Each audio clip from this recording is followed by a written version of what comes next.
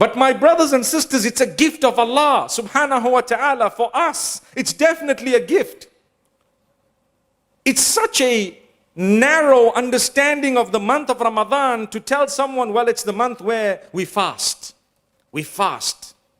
And we want it to pass very fast as well. So it's a fast. And unfortunately in Europe, it's a slow fast at this time. But don't worry, you have your bonus 37 years or 35 years from now, maybe 17 and a half years from now. It's going to be shorter than anything by the will of Allah. Turns around. Yesterday I spoke in Manchester and I said, my brothers and sisters, you guys don't know that we are so lucky in Africa. We have a short fast. You guys have these long fasts, right? So for us it's a bonus because we get the same reward as you, but we fasted so much, you fasted so much. First world countries, that's what you happen to do. Pay, mashallah. However, I want to equate that statement, and I did yesterday, I'm doing it again today. You have a bonus. You can stand in ibadah and acts of worship throughout the night, and it will only be 3 hours or 4 hours. And if we were to stand throughout the night, we would get the same reward, but it would be 10 to 12 hours. Subhanallah. You see how Allah balanced it out.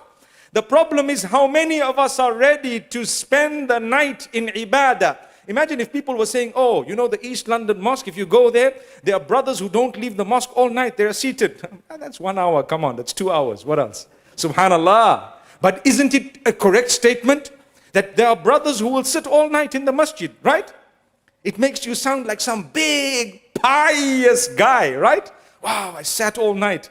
Let me tell you, when you make the effort, leave its acceptance to Allah. Don't think to yourself for a moment, right? I did this. Now that's it. I'm better than all these guys who were sleeping. Because there was once a companion, the Prophet, peace be upon him, pointed towards him and told the other companions, if you want to see a person from heaven, you see this man. So he was followed by one of the companions, and later on when he explained what his extra deeds were, he actually said, there's not much. There's not much of extra things that I do. After Salat al-Isha, he went off to sleep and he got up for Salatul Fajr. I would expect, and you would expect, just like the rest of the companions expected, that perhaps this man is so holy, so pious, that he must be getting up when everyone is asleep and quietly worshipping Allah, which is a very, very powerful deed indeed. So when he searched a little bit more into his deeds, there was that special deed that was found, which is better than engaging in ibadah through the entire night. What is it? Remove the hatred in your heart from others or of others.